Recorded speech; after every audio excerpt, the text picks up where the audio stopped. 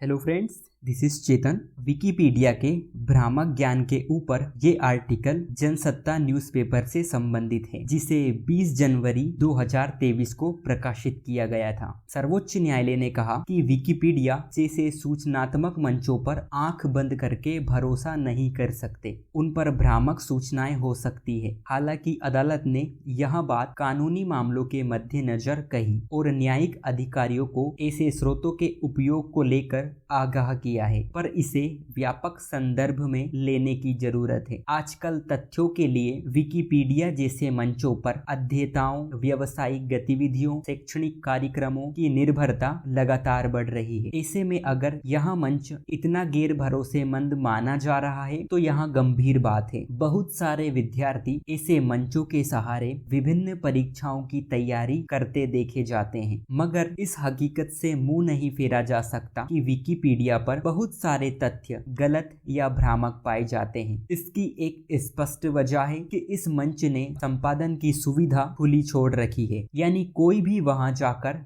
तथ्यों को सुधार सकता है, तथ्यों में उलटफेर कर सकता है। बहुत पहले इसके कई बड़े उदाहरण देखने को मिल चुके हैं। गांधी जी, जवाहरलाल नेहरू, सरदार पटेल जैसी शख्सियतों के जीवन से जुड़े अनेक भ्रामक तथ्य उन पर परोसे गए हैं। एक सामान्य अध्येता ऐसे तथ्यों को पकड़ नहीं पाता और उसके मन में कई तरह के दुराग्रह पनप सकते हैं। खासकर कानूनी मामलों में अगर विकिपीडिया जैसे मंचों पर गलत और भ्रामक तथ्य परोसे जाते हैं और उनका उपयोग किसी मामले को सुलझाने के लिए किया जाता है, तो उससे आने वाले समय के लिए गलत नजीर भी बनती है। इसलिए कानून की अधिकृत पुस्तकें ही इस मामले में प्रामाणिक मानी जानी चाहिए। लेकिन आज जिस तरह से युवा पीढ़ी पढ़ाई लिखाई को लेकर इंटरनेट पर निर्भर होती गई है, वहां अपनी जिज्ञासा को लेकर तुरंत इंटरनेट खंगालना शुरू कर देती है। खासकर विकिपीडिया जैसे ज्ञान कोश पर आंख मूंद कर भरोसा कर लेती है। उसे खतरनाक नतीजे भी भुगतने पड़ सकते हैं। उस पर भरोसा करके अगर उसने किसी सवाल का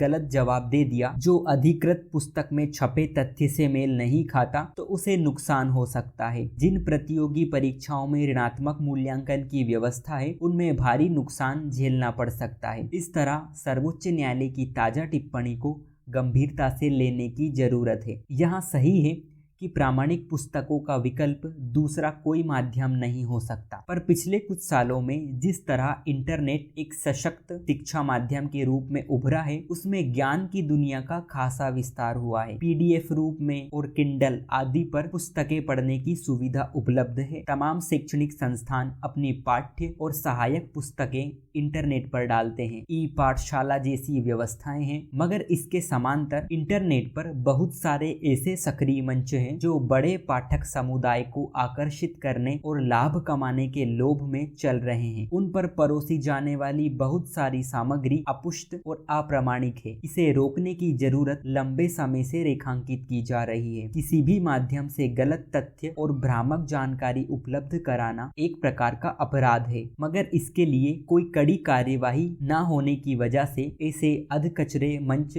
खूब फल फूल रहे हैं। सर्वोच्च न्यायालय की टिप्पणी के बाद यहाँ बात रेखांकित हुई है कि ऐसे मंचों सूचना के स्रोतों पर नजर रखने और उन्हें अनुशासित बनाने के लिए एक नियामक तंत्र होना ही चाहिए। Thank you.